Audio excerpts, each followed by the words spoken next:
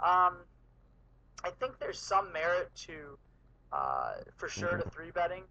I don't know if Patrick Antonius, sexiest man in the world, likes to four bet light. I do know he likes to squeeze though. So what I'm going to go ahead and do is just flat Durs open. Semi induces a squeeze from Pat. Although, again, if he squeezes, I'm not going to, like, insta-jack my nines. I mean, I'm probably not folding them, but I'm not going to, like, instantly jack them in. So I call, and then Pat makes it 12K in the big blind. Pat makes it 12K in the big blind. Sort of an awkward spot because I might be getting, like, 12 to 1 or something like that pre-flop. But it's just not going to be super easy to play against him if I miss, if I don't flop, like, 9-2-2 or something like that. And then Tom makes it, and then Tom also calls. So when Tom calls, now I'm getting a pretty good price because we're all over 100 big blinds deep, and so I'm pretty happy now about calling back raise with nines. So Pat makes it 12K. Tom calls and I call. So now there's 36K in the pot, and I have pocket nines, and it comes 9-2-2 with two diamonds. I don't really think there's any merit to raising, any merit to leading based on what my hand would be perceived, their hand would be perceived, etc.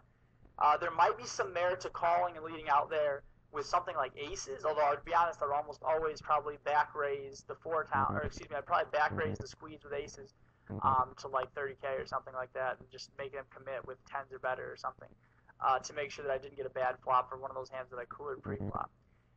Now, with nines, it comes 9-2-2 with two diamonds. So I'm checking the lead. The lead is Pat. Antonius bets like 18K, and Dur folds. Now, I have a couple options here. If I check raise, there is he's going to put me on something like king, queen of diamonds. There is absolutely no chance he folds an overpair if I check raise. There's like a 2% chance he folds pocket tens. There's like a 0.4% chance that he misclicks on any given street. So given those things, then I guess there is some chance that he folds, but he's probably not going to. So he goes ahead and bets like half pot or something, and I decided to call. My call brings my range to way more hands. They're like pocket eights and pocket tens and pocket sevens. The turn is the six of diamonds, which is a card that may slow him down if he has something like pocket jacks or pocket queens with no diamond. It might just kind of chill him out, and he might decide that my continuing range falls behind his betting range. So that type of card, it may not be a great turn card for me, but it certainly is not a bad one. So I go ahead and check again, and he bets about half pot again, I think, and I think for a second, and I elect to call. In this case, I'm assuming that now he thinks my range is still those small and mid pocket pairs, kind of protecting my range from the times I don't get barreled because I have something super strong in my range. And I also assume that he can have stuff like, ace, king, ace, queen with one diamond. There's just all sorts of shit he can have. He can have pure air.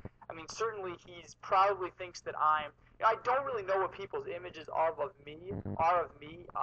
For instance, I know, oh my God, Clay Aiken a little bit in real life, but very little. I know Dur a little bit in real life, a little bit more than oh my God, Clay Aiken.